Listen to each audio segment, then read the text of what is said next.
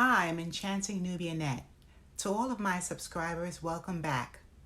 And if you're seeing my video for the very first time, welcome. Here's another news story that focuses on greed and a lack of compassion for people. A couple, John and Carrie Halford, are owners of the Return to Nature Funeral Home in Colorado Springs, Colorado. Each own 45% of the company. There is a third individual who owns remaining shares. However, John and Carrie Halford were trusted by local townspeople to cremate and bury their loved ones' bodies. Their funeral business is very well known in that area. About 200 bodies were scheduled to be cremated or buried, and unfortunately, federal investigators discovered that almost 200 bodies were abandoned by John and Carrie Halford.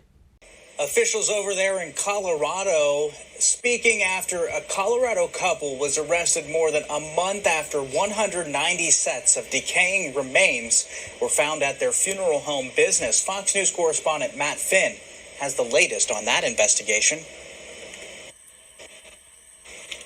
The Halfords have stolen a lot from my family. They've stolen a lot from all of us.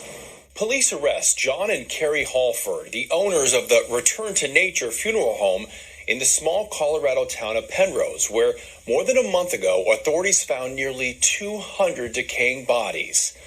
The couple were taken into custody in Oklahoma and charged with 4 felonies: abuse of a corpse, theft, money laundering, and forgery.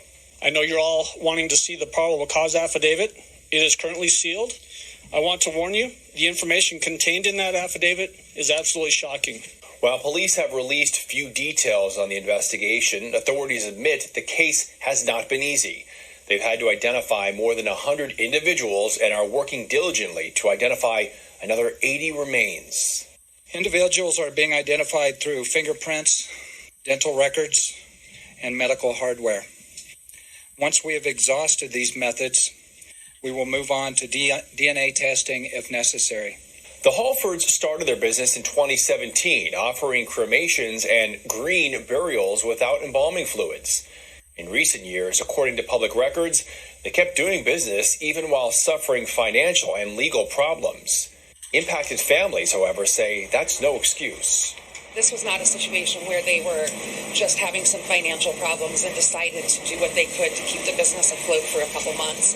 My son has been laying there rotting for 4 years. This was intentional. The Halfords are being held on a $2 million cash bond and will likely be extradited to Colorado. Matt Finn. And we all know that when loved ones transitions, it is a challenging time. It brings out so many emotions, having to face a reality. Just knowing that person can no longer be physically with you is so very upsetting.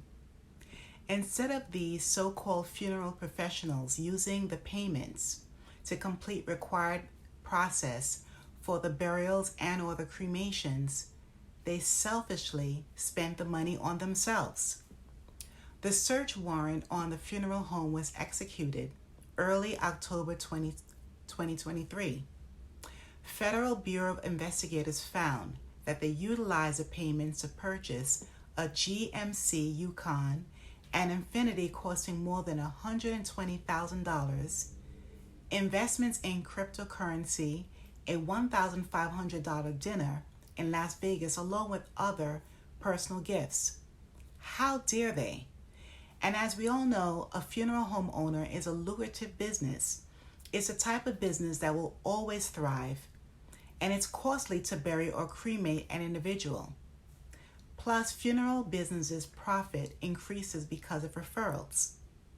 In today's market, a typical service costs are, well, a cremation is less expensive, but it's not cheap by any means. The average cost of cremation is about $6,000 to $7,000. This includes a viewing and memorial service. Without a service or viewing, a basic cremation will be under $2,500. In comparison, a funeral will cost about $9,500 or a lot more, depending on the funeral home chosen. The location, experience of the director, and specific company are key factors.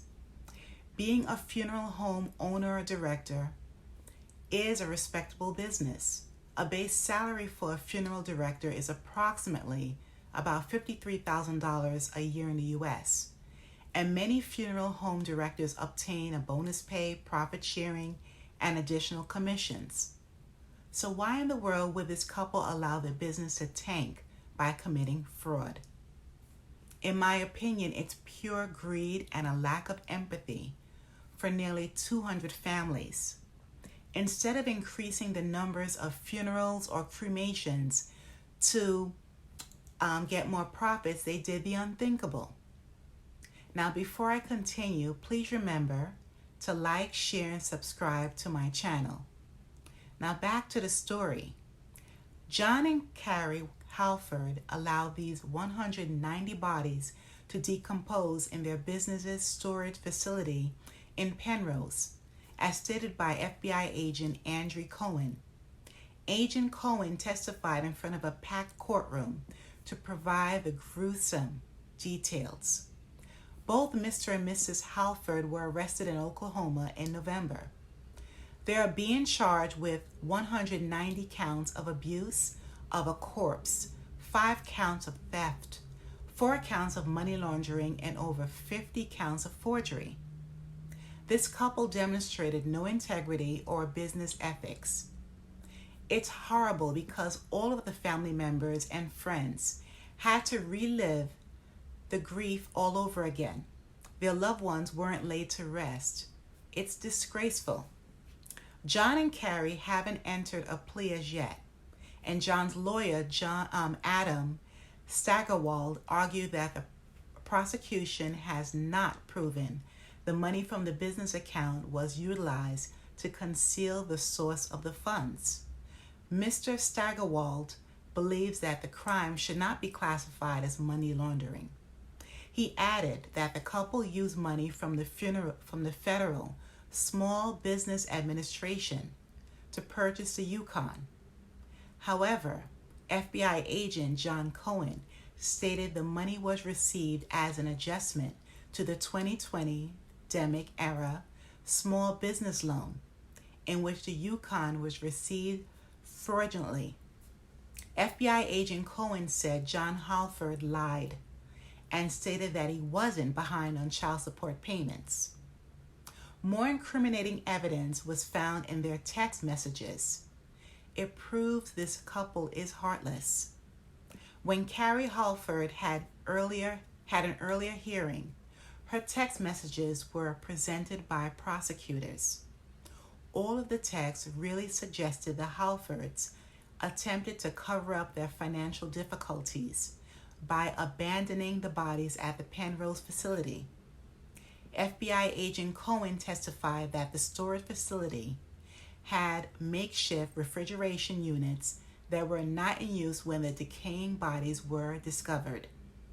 Even more alarming was that their building was maggot infested. Ugh! The prosecutor stated that John was worried about getting caught even in 2020. He suggested to his wife, Carrie, a plan to dump the bodies in a big hole before treating them with lye or setting them on fire. John texted in quotes, "My one and only focus is keeping us out of jail," end of quotes. They failed to cremate bodies since 2019. Now John is out of jail after posting a $100,000 bond in late January, but Carrie remains in jail on the same amount of bond. Everyone, just the thought of people's loved ones being discarded in this way is appalling. John and Carrie fooled so many people. Local townspeople trusted them to do their job with professionalism and care. They did not have the intention to complete the burial and cremation process in the correct way. I could imagine how long it will take for families to retrieve their loved ones' bodies and plan all over again with another dedication for them. Also, this time, loved ones must obtain the actual remains. I'm pleased that this couple will be held accountable soon. And may all of the deceased individuals rest in peace. Please remember to like, share, and subscribe to my YouTube channel. Thanks a million, and stay safe wherever you are.